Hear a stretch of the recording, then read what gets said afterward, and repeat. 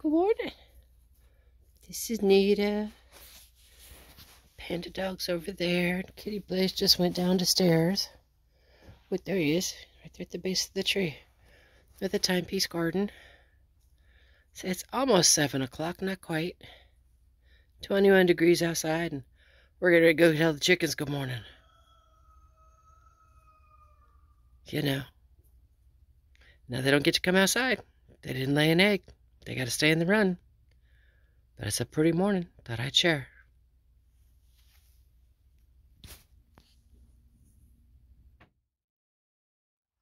Well, that was an eventful event.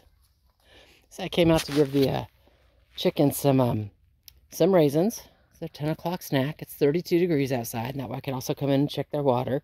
Make sure that it's not frozen. So they still got plenty to drink and plenty to eat. And then I opened the nesting boxes to see if they had laid any eggs yet. Because again, they don't get to come out till they lay. They had not laid. But Freckles jumped out of the nesting box roof. So while I was trying to get Freckles back in, Parthos got out. Freckles is back in. Makes sense? Parthos is out. He was trying to give her the dance of love, and she was just like, oh my God, I'm terrified. So the ladies are inside. The boy is outside. When he's ready to come back in, I'll come back out, and hopefully he'll go in. Because until the hens lay, 2 days in a row, they don't get to come out. They have to get over whatever it is that you know, they think is upsetting them.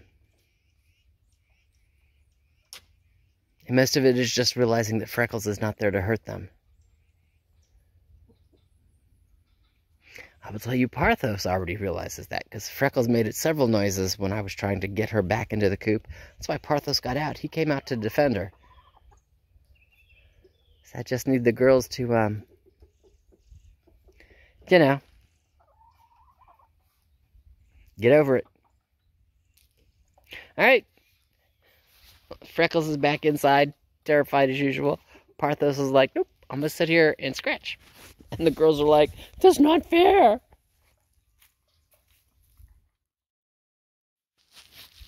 So a little after lunch calmness is always a good thing. My lady's there. Excuse me, Copper's there. Parthos is back over on the other side of the ramp. I put some oatmeal over there. And you can see my lady's right about there. Everybody's snacking on some oatmeal. Still no eggs.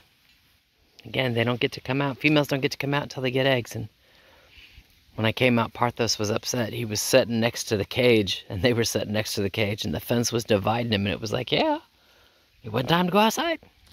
So he went back in. Life is awesome. And again, they will stay in the run and in the coop until they lay eggs in the coop. I don't think that, I know they slow down in the winter months. I get that. But being that Copper kept trying to lay over on the compost pile, they're going to be in here for a while. They're going to be in here until I get an egg. You know? All right. Touch later.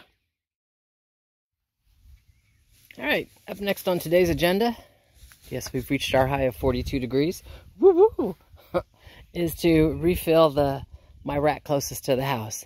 Now, typically I have a rack for each month. It's a rack for December, actually it's November, December, January, February. It is January 2nd, and I'm just now emptying this rack. So that stack is December's, and it's the one that's going to move over. The one that's kind of hidden behind the pump houses, is January's, and then the one there with the silver across the top, that's February's. Typically, I'll have a couple of fires in March like I do in October, and I will have enough leftover wood. I still had wood left over from last year, so it's awesome because I use both wood and propane. Now, if I was to go 100% wood, I would need a lot more wood than I have now, you know? But anyway, because of termites or whatever, I don't keep it here long term. It stores down there. And then you pick a warm day or a warmer day, and you move it. 2 days from now, we might have a rain-snow mix. And that means I need to get this rack refilled and let that one set empty So should it snow or should it ice, I'm not trying to walk down the hill to get to it. That makes sense? I'm just coming off my concrete, going right here. Should the weather turn to go bad where it starts talking not snow, rain, but straight snow, does that make sense? I will put a bunch on the porch where I don't even have to walk back here.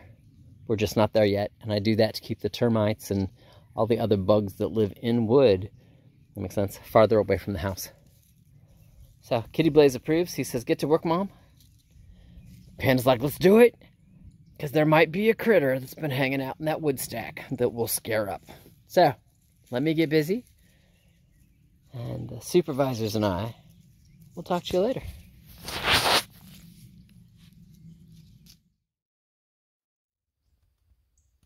Isn't that pretty? Stacked and racked. And all of the longer pieces, you can see there's my pile. You know, some of them are just 2 inches wide, and some of them are closer to 6 and 8 inches wide. And there's some big pieces in here, which is awesome. It'll all burn. I gotta go close up that rack. Excuse me. Protect the 4x4s with their tarp, and put the tools away, and then go give the chickens their 4 o'clock scratch, and call it an evening. Sun's gone behind the mountain or behind the clouds, however you want to look at it. Temperature's dropping. I can feel it, but because I've been working, I'm not cold. That's coming. All right, let me get on and get done. I love it. Love a full rack of wood this close to the house 2 days before a rain-snow mix. It's just awesome. All right, talk to you soon. Isn't that pretty?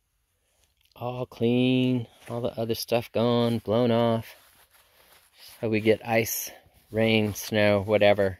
It'll be easy to come back here and get some wood.